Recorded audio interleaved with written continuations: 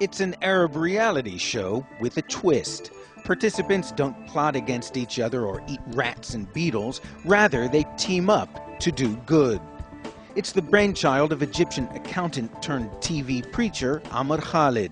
Mujaddidun, Arabic for renewers or revivers, chose 6 young men and women out of 250,000 applicants from across the Arab world.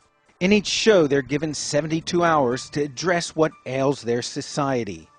In this episode, they've been assigned to help the unemployed in Amman, Jordan, find jobs. No small task, Khalid warns. Governments and international organizations don't know how to solve this complicated problem, he says. Just imagine if young people could change this equation. 2 teams, 1 male, 1 female, coach job seekers on how to present themselves and how to handle interviews. Egyptian journalist Ithar al-Katatne led the women's team. It's not that it's a religious renaissance, it's everything. It can be cultural, social, it's the whole get off your butts and do something. Go do something to change the world. Not everyone here wants you to get off your butt, however. The show strikes a sensitive chord in the Arab world where most regimes care more for self-preservation than the public good. Critics say the regimes don't really want young people to take the initiative because if they did, they might change the regimes themselves. Which explains why a few years ago, Khalid left Egypt because of government restrictions on his activities. His message of faith, modernity, and activism has caught on with the region's young and restless. That Islam isn't just about do this, do that, do this, do that. This is wrong, wrong, wrong, wrong, wrong. Haram, haram, haram. Hijab, hijab, hijab, and this is it. No, they promote more how you should treat your neighbors, how you should deal at work, how you should, very contemporary kind of like Muslim lifestyle.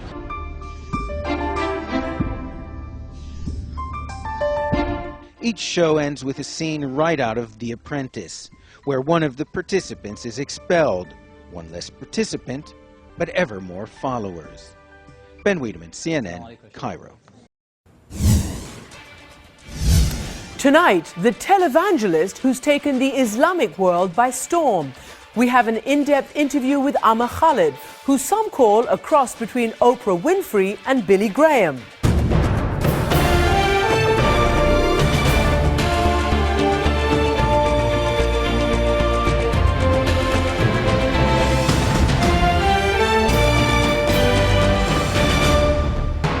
Good evening, everyone. I'm Christiana Manpour, and welcome to our program. He's an Islamic preacher with a mission to build bridges between East and West and between young and old.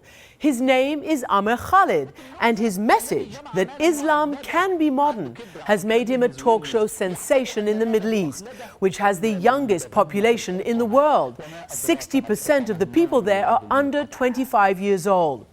Khalid reaches them by harnessing the power of satellite television to deliver a vision of tolerance and change to Islamic youth. But it doesn't sit well with some Arab leaders, and he was banned from preaching in Egypt in 2002. In a moment, we'll speak to Khalid, but first, CNN's Ben Wiedemann brings us the power of his TV reality show from Cairo.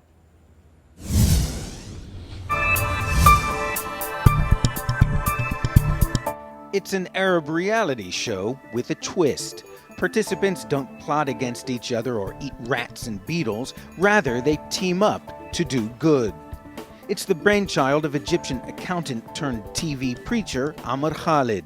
Mujaddidun, Arabic for renewers or revivers, chose 6 young men and women out of 250,000 applicants from across the Arab world. In each show, they're given 72 hours to address what ails their society. In this episode, they've been assigned to help the unemployed in Amman, Jordan, find jobs.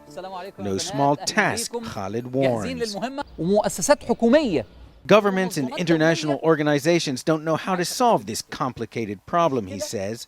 Just imagine if young people could change this equation. 2 teams, 1 male, 1 female, coach job seekers on how to present themselves and how to handle interviews. Egyptian journalist Ithar al-Katatne led the women's team. It's not that it's a religious renaissance, it's everything. It can be cultural, social, it's the whole get off your butts and do something. Go do something to change the world. Not everyone here wants you to get off your butt, however. The show strikes a sensitive chord in the Arab world where most regimes care more for self-preservation than the public good. Critics say the regimes don't really want young people to take the initiative because if they did, they might change their regimes themselves. Which explains why a few years ago, Khalid left Egypt because of government restrictions on his activities. His message of faith, modernity, and activism has caught on with the region's young and restless. That Islam isn't just about do this, do that, do this, do that. This is wrong, wrong, wrong, wrong, wrong. Haram, haram, haram. Hijab, hijab, hijab, and this is it. No, they promote more how you should treat your neighbors, how you should deal at work, how you should, very contemporary kind of like Muslim lifestyle.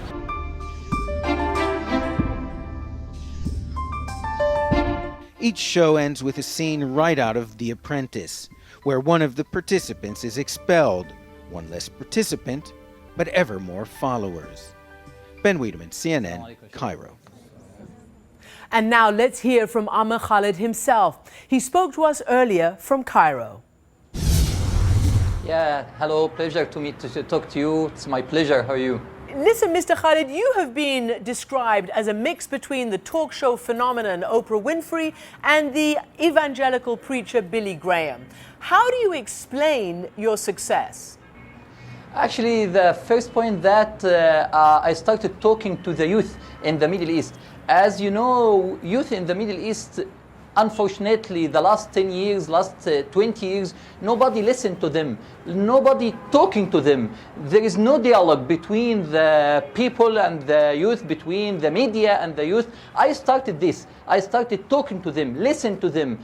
Look, how can we make the gap between the media and the youth? How can we find what is their problems? How can we solve these problems? Okay. How can we find jobs for them, for the unemployment issue? How can we talk about the faith to encourage and to motivate the youth to do something good for their countries, for themselves? This is what I did. I actually started going to them, to their clubs, to play football with them, going to their universities, talking to them, listen to them, and this is started that they find that someone can respect us. This is a very important point. The statistics show that there is something like 60% of the population in the Middle East, in the Arab world, under the age of 25.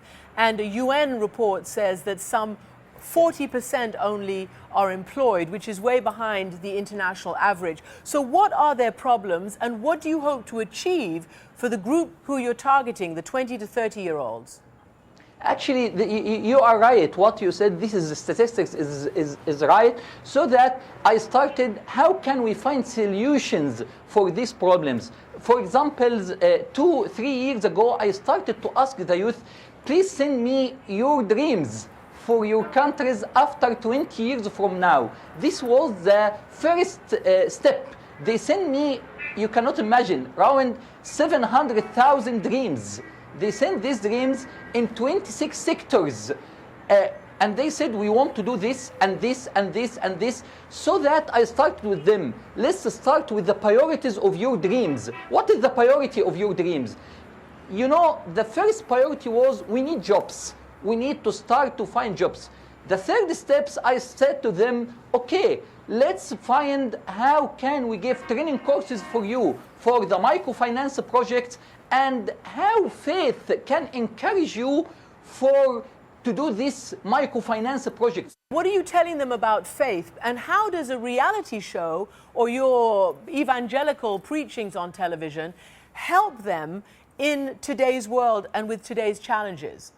Yeah, we started a program called Mujaddidun. It's like reviving our another word, life makers. We started this program in the television with 16 of the youth as a role model for the youth. And every week we give them a mission, boys and girls, and ask them go to the villages to do this mission. For example, go for the poor people in this village in Egypt or Sudan or Yemen and help this poor family with the microfinance project and take their kids to the schools. And the cameras with the boys and girls and the cameras with the youth to record everything they're doing as a reality TV and how they will support the family.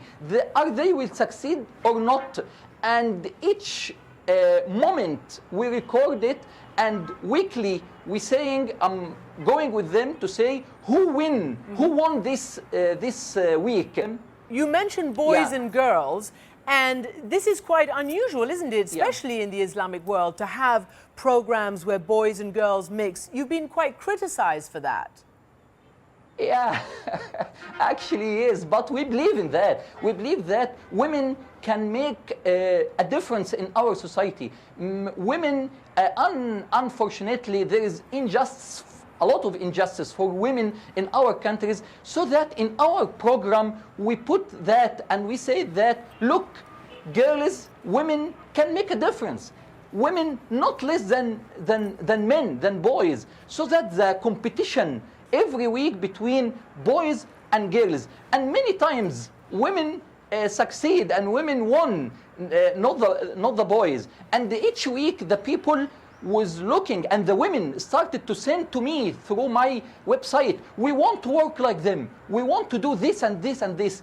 And when they started, the people sent to us that, we said, this is the first step that we succeed through the media to encourage the people and to open a channel for the youth. Put your energy not in the extreme, put your energy in these projects to support your society. You mentioned to try to guide them away from the extreme. You also say that you want to try to be a gap between East and West, but that we don't want to live lives like the West. What are you saying there? How can you be a bridge and then say, no, we don't want to live lives like the West?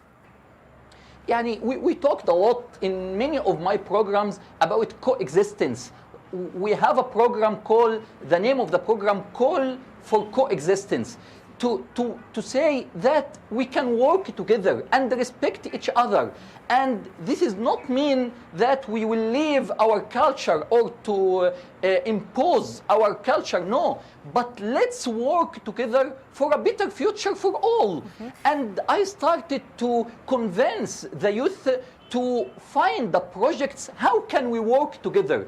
And through these programs and through my websites, a lot of projects, the youth send it that we want to work together. And there is our hands for the West, please, let's work together to build our countries. Don't believe that a lot of the youth in the Middle East want to destroy. No, youth in the Middle East want to build, but give them the chance. You're talking about bridging gaps between East and West. You're talking about getting people out of the extreme.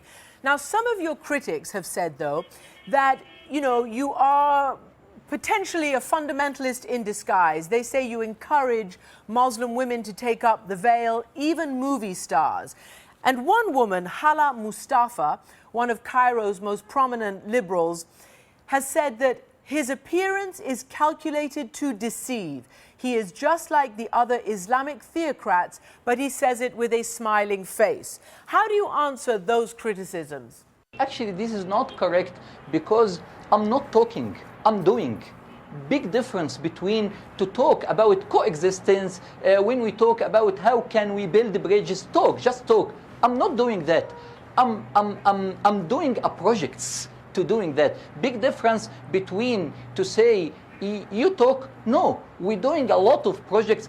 For example, during the cartoon crisis in Denmark, as you know, a lot of the Muslims in the Arab world and the Muslim countries was very angry, but we did something else. I went to Denmark with about 40 of the youth to make dialogue, to talk to each other, to respect each other. I believe in that, and I'm doing that. And I can put my hands for anybody for the sake of our countries and our youth, to put them in a better future. Okay. So that I don't know what to say about this except that we don't talking. Okay, let me ask you this. You came under, when you started out, quite a lot of criticism inside Egypt itself, and you had to leave in the early 2000s. You left Egypt. Why were you under such criticism or attack by your own authorities? Actually, you're doing this interview with me from Egypt. I'm here now in Egypt. I'm not outside Egypt. No, but why did you have to leave in your early years? You can say that at that time, the message, Amr Khalid's message, wasn't very clear for many people what he's talking about. Is he talking about development, or he talking about faith, or he talking about what? And day after day, after the people watched what we're doing, and it's for the sake of the country, and faith for development and for better future, then everybody said, yeah, this message is clear and we need this message. And day after day, I think everybody can accept what we're doing much better. Up next, we'll ask Khalid what he thinks about the influential Muslim scholar Tahir al-Qadri, who issued a fatwa against terrorism and suicide bombings. That's when we return.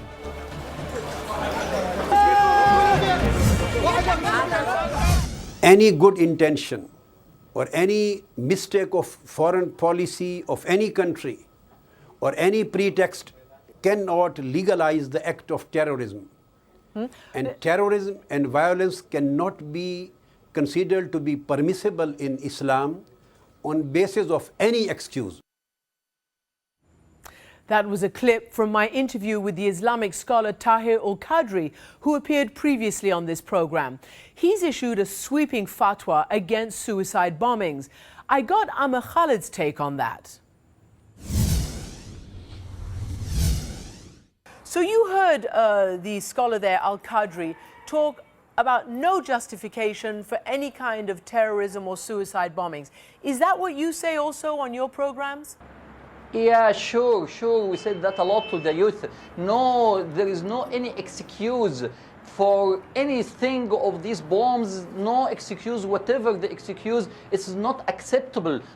It's not acceptable not for us. It's not acceptable in Quran. It's not acceptable in Islam. It's not acceptable for our faith, for our religion. Not acceptable at all. So we believe in that, and we're saying that, and we believe in that because we believe in Quran. Quran said we created you in different colors, different religions, different to exchange the benefits against each other, so, to extend the good things between you and the others. So what do you tell your program about the Taliban, or indeed about Osama bin Laden? One of the things Osama bin Laden has said is that we should fully understand our religion, that fighting is a part of our religion and our Sharia. Those who love God and His Prophet and this religion cannot deny that. What do you tell your audience about what Osama bin Laden is saying?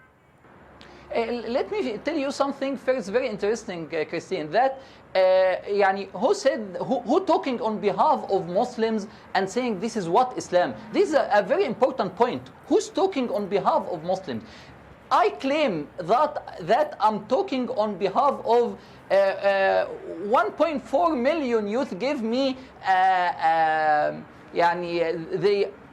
they explain and they send me their opinion about that they want to build their countries. They send me something like that in 2007. We want to build our countries, 1.4 million. So when you ask me what you are talking to the youth about, they don't believe in that. They believe that they want to build, not to want to destroy. I don't need to explain and to convince the majority of the Muslims youth about you have to build, not destroy. They believe in that. They're doing that. They just want someone to support them, to give them hand to build. So I don't need to start to convince them. I get your point, and I want to ask you, what then will you tell the people in Yemen? Yeah. Because you're taking your show to Yemen. And Yemen, as you know, has been in the news, particularly since the alleged Christmas Day bombing, a lot of extremism, a lot of Al-Qaeda-ism in Yemen. What will you tell the people of Yemen in that conservative Islamic society? Actually, I'm not going, especially in Yemen, I'm not going to tell the people, I'm not going to talk. I'm going to make projects, microfinance projects, and I'm going to get a lot of youth as volunteers to support the poor families in Yemen for microfinance projects. Talking will not support, will not help alone in Yemen, but working projects. So I'm going to Yemen to meet the Yemeni youth, to ask them to be a volunteer for many of microfinance projects with the poor families, and we are going to give them training courses. How can we support the poor families? And so that we open a channels for the energy of the Yemeni youth. Put your energy in these projects, not in the extreme. This is what we are going to do. But I'm going to encourage them through the Prophet Muhammad speech, when he said to walk to support a poor family better than to stay in my mosque to pray for 40 days. Walk to help a poor family better. So I'm going to encourage them, to tell them this is the real Islam. This is what Prophet Muhammad said. Put your energy in the right way. This is what I'm going to say to the Yemeni youth. Would you ever consider going to Afghanistan and doing the same thing in the areas where the Taliban are strong? Let me work first with the Arab youth in the Middle East, because we have a lot of work to do it. So this is my focus now in our project and our problems in Yemen, in Sudan, in Egypt, in Algeria. This is what I'm doing now, at least for the next 2 years. And what about President Obama, who came to Cairo? He made that historic speech of outreach to the Muslim world. Is that being appreciated still in Egypt? Actually, to be honest with you, when President Obama came to Cairo and talked to the Muslim world, people, especially youth and women, was very happy. And they found this is a new message. And they found themselves proud about what he said, and it was like a guide. And we were so happy about that. But we need actions. After this speech, many of the youth talked to me and said through internet, through websites, through Facebook, that what after? We need something concrete. We need something solid. After we agree about what he said, but we need actions in our countries. What does the youth feel and hope for the next round of elections in Egypt? Do they think there'll be anybody different than somebody who's handpicked by President Mubarak? Actually, very difficult to talk about the issue of Egypt at the same now, because I think that nothing is clear yet. Nothing is clear, and till now, youth don't understand what the rule, what can they do, what is the situation, what the government or the media, or what we need of them. Nothing is clear till now. So unfortunately, I have no clear answer about this question. Do you think Mr. Al-Baradei, Mohammed Al-Baradei, stands a chance? Will he become somebody who runs for office? Do the youth think that's a good idea? Again, I will give you the same answer. Nothing is clear yet, so no answer will be clear about this matter. And finally, Mr. Khalid, what are the hopes of the youth? Are they hopeful for their future? And what is your vision of a future in Egypt and in the Arab and Muslim world? To be honest with you, unless we give the youth a very clear vision and projects and find a solution for the unemployment issue, less hope will be in the next 5 years. I'm optimistic, but this is the situation. Believe me, Arab and Muslim youth is ready to build, is ready to be in a good relation with the world around us. Don't believe that they want to destroy. Don't believe that all of them is very, want to put bombs or something like that. This is not clear. I am with them. I'm between them. they want to build, but give them the chance, give them, support them. This is what I'm thinking about the future of the Arab youth. Mr. Ahmed Khalid, thank you so much for joining us from Cairo. Thank you, thank you. And next, our postscript, turning promises into projects. US President Barack Obama tries to build on his landmark Cairo speech. That's when we return.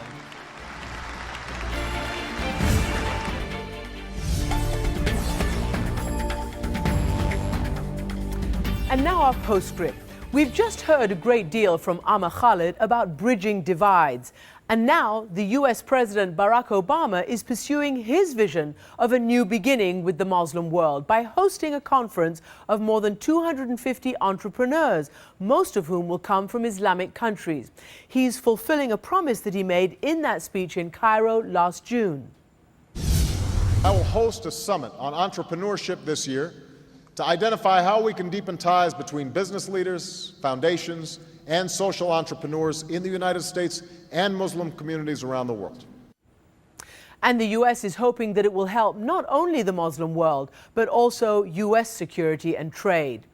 And turning to a very different side of Muslim life, go to our website and check out the colorful swimsuits on Turkish catwalks. That's at amanpour.com. And that's it for today. We'll be back tomorrow with an exclusive interview with Thai Prime Minister Apisidwe Chachawa. Until then, catch our program whenever you like on amanpour.com/podcast. For all of us here, goodbye from New York.